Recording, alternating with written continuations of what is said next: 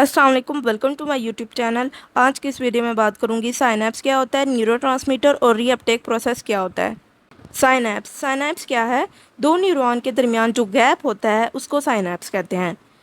मतलब sending neuron का axon chemical message के ज़रिए दूसरे न्यूरॉन के डेंड्राइट के साथ जो कम्युनिकेट करता है उसको साइनैप्स कहते हैं। साइनैप्स एक जंक्शन है दो न्यूरॉन के दरमियान। Synapse is the junction between an axon and a dendrite. Synapse एक जंक्शन है, मतलब एक लिंक है या कनेक्शन है एक्सॉन और डेंड्राइट के दरमियान। और केमिकल न्यूरोट्रांसमीटर एक ब्रिज के तौर पर काम करता है एक न्यूरॉन के एक्सॉन और दूसरे न्यूरॉन के डेंड्राइट्स के दरमियान। एक न्यूरॉन पर जब मैसेज आता है तो वो किस तरह दूसरे न्यूरॉन तक पहुंचता है, और इन न्यूरॉन के दरमियान जो केमिकल प्रोसेस होता है, मतलब जो न्यूरो ट्रांसमीटर रिलीज़ होते हैं वो किस तरह रिलीज़ होते हैं, इसके कुछ स्टेप्स होते हैं। सबसे पहले हम देखते हैं कि स्टेप वन में क्या होता है। स्टेप वन में न्यूरो प्रोड्यूस होते हैं और एक्सॉन में स्टोर हो जाते हैं। स्टेप टू में क्या होता है, जब एक एक्शन पोटेंशियल पहुंचता है तो वो मैसेज कन्वे करता है in the form of electric impulse. तो एक्सॉन के अंदर जो न्यूरो होते हैं, जो प्रोड्यूस और स्टोर होते हैं एक्सॉन के अंदर, वो रिलीज़ हो जाते हैं। स्टेप थ्री में क्या होता है, स्टेप थ्री में न्यूरो फिर साइनैप्स जो मतलब गैप है दो न्यूरॉन के दरमियान उसमें आ जाते हैं। मतलब न्यूरो साइनैप्स में आ जाते हैं और ट्रैवल करते हैं दूसरे न्यूरॉन की रिसेप्टर साइट तक। लास्ट स्टेप है स्टेप फोर। स्टेप फोर में क्या होता है, जब न्यूरो फिट हो जाते हैं रिसेप्टर साइट पर तो ये एक्साइटेटरी और इनहिबिटरी मैसेज डिलीवर करते हैं। अगर एक्साइटेटरी मैसेज होगा तो न्यूरॉन फायर करेगा, मतलब इन्फॉर्मेशन आगे तक जाएगी। एक्शन पोटेंशियल का जो प्रोसेस है वो दूसरे न्यूरॉन तक होगा। इन स्टेप्स के जरिए एक न्यूरो दूसरे न्यूरॉन की रिसेप्टर साइट के साथ जाकर मिल जाता है।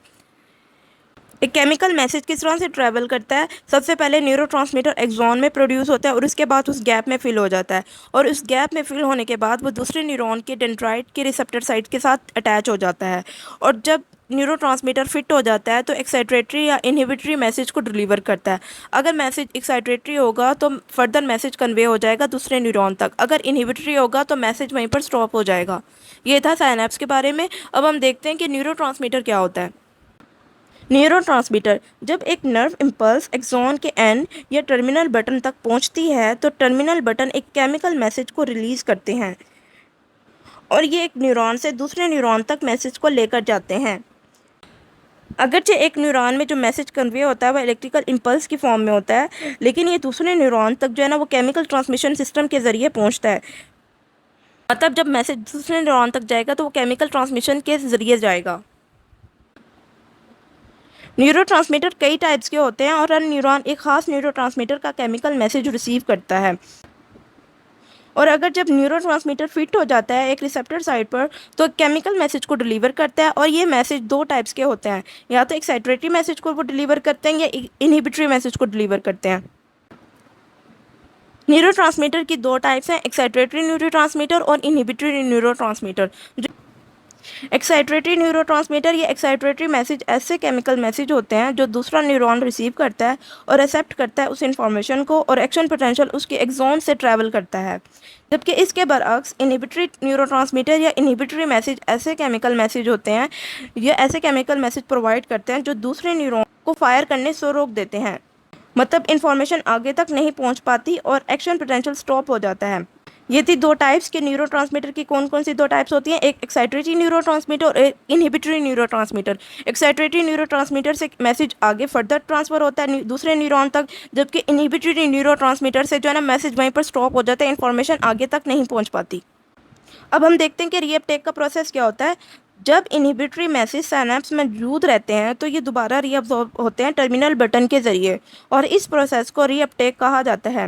रीअपटेक एक ऐसा प्रोसेस है जब टर्मिनल बटन न्यूरोट्रांसमीटर को या मतलब केमिकल मैसेज को गैप से दोबारा रीअब्जॉर्ब कर लेता है, मतलब दोबारा अब्जॉर्ब कर लेता है, उसको रीअपटेक का प्रोसेस कहा जाता है। जैसे एक वैक्यूम क्लीनर डस्ट को क्लियर करता है ये अपने अंदर सक करके, इसी तरह टर्मिनल बटन भी जो है ना न्यूरोट्रांसमीटर को अब्जॉर्ब कर लेते हैं। न्यूरोट्रांसमीटर एक साइनैप्स में भरे हुए होते हैं, मतलब इसने साइनैप्स को क्लॉक किया हुआ होता है, जो गैप है दो न्यूरॉन के दरमियान उसको क्लॉक किया हुआ होता है। तो रीअपटेक एक ऐसा प्रोसेस है जब न्यूरोट्रांसमीटर दोबारा रीअब्जॉर्ब हो जाते हैं टर्मिनल बटन के ज़रिए। ये था आज का टॉपिक। आई होप आपको समझ आ गया होगा कि न्यूरोट्रांसमीटर क्या होता है, रीअपटेक का प्रोसेस क्या होता है, और साइनैप्स में जो न्यूरोट्रांसमीटर है मतलब एक केमिकल मैसेज है वो किस तरह स्टेप बाय स्टेप रिलीज होता है और दूसरे न्यूरॉन की रिसेप्टर साइट तक पहुंचता है।